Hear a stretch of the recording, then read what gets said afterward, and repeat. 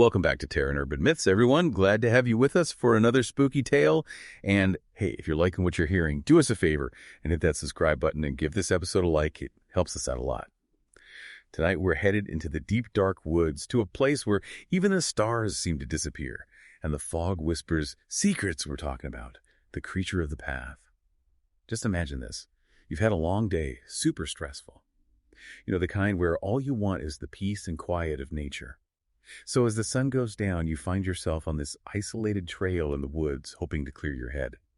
At first, it all seems pretty peaceful, but as darkness sets in, something changes. There's this unsettling feeling that starts to creep in. It's like our senses. You know, the ones we've developed over centuries to warn us of danger, they start tingling.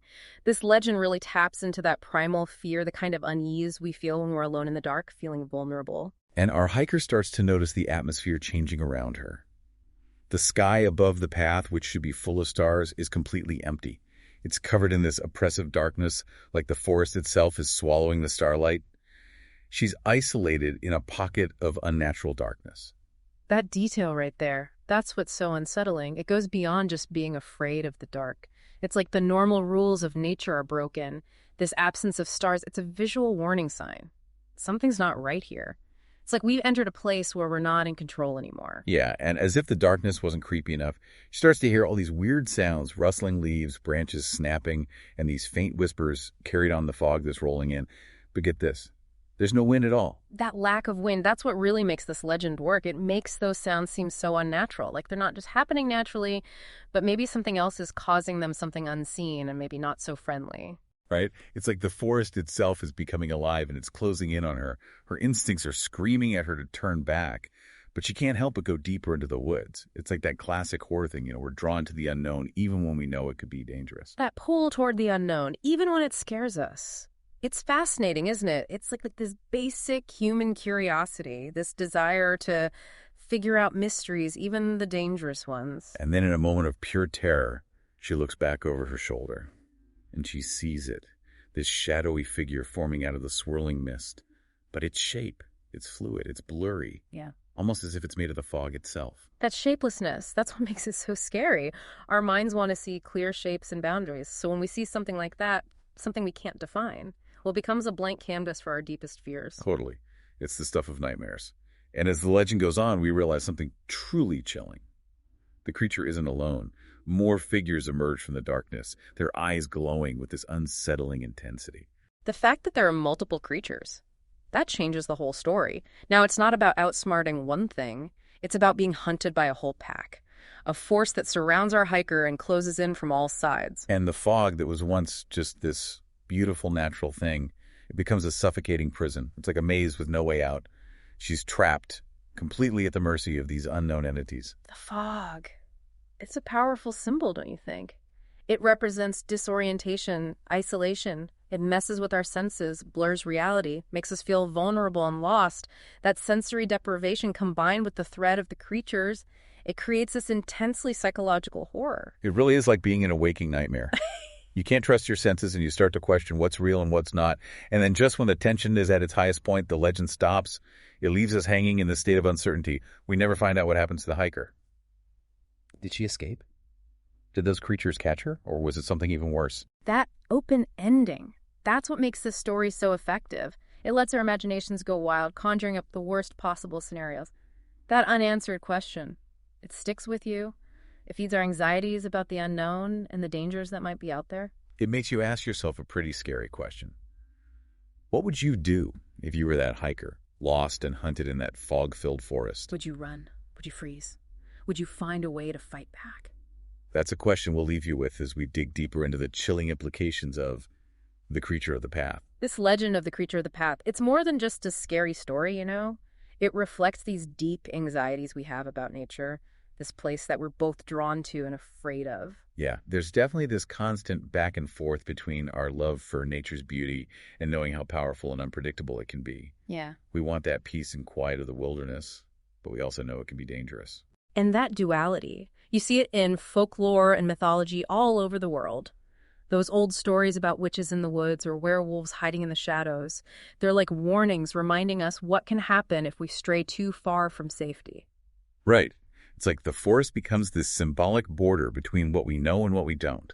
On one side, you have the familiar, the comfort of our everyday lives, and on the other side, there's the wild unknown, a place of mystery and possible danger. And the creature of the path. It takes that idea even further by adding those supernatural elements. The creatures themselves, with their blurry, shapeless forms, they represent our fear of the formless, the chaotic, the things we can't understand or categorize. Exactly. The lack of starlight, the suffocating fog, the creepy sounds with no explanation. It all adds to this feeling of otherworldly dread, like the natural order has been disrupted and we've stumbled into a place where the rules don't apply anymore. Exactly. The legend taps into our fear of the liminal. Those in-between spaces and times where boundaries disappear and the familiar becomes strange. Like twilight, it's often associated with unease because it's when light and dark merge and shadows grow longer, our vision gets blurry, and our minds start playing tricks on us. And the fog in this story, it does something similar. It hides things, distorts sounds, messes with our sense of direction. It makes us vulnerable and lostful, easy targets for anything lurking in the fog. You know, it's fascinating to think about the psychological effects of fog. It creates the sensory deprivation. It limits how we perceive our surroundings.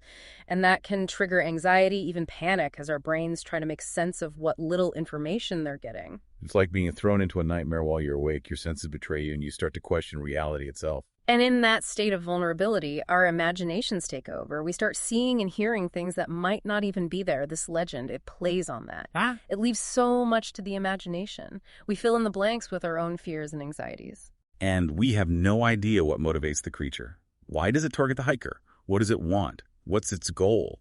Not knowing makes it even scarier. It suggests that the threat is random and completely inexplicable. Right. It challenges our need to rationalize, to find order and meaning in the world.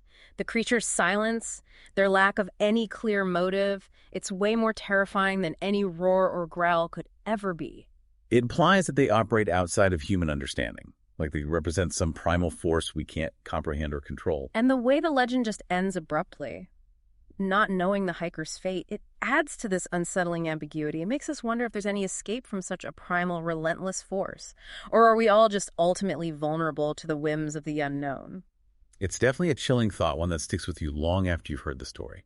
It makes you think about your own relationship with nature and those dark corners of your own mind. The creature of the path. It really makes you realize, even in this modern world, with all our technology and information, there's still these pockets of mystery.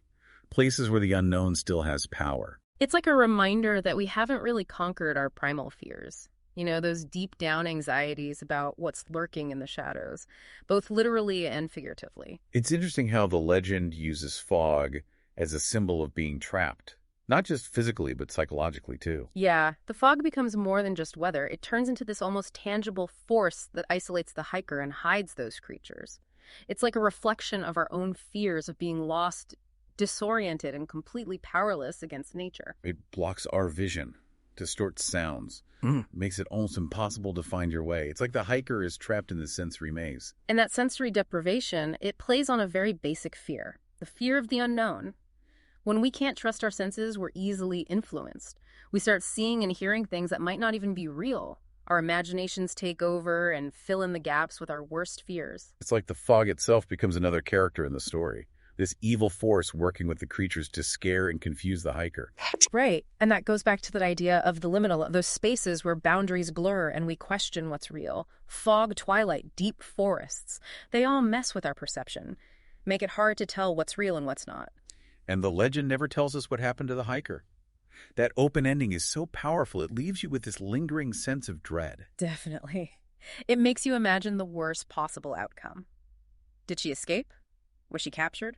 Did something even more horrible happen? We're left with those terrifying possibilities. It's like the story plants this seed of fear in your mind, a seed that grows long after you've finished listening. And that's what makes a good horror story truly effective.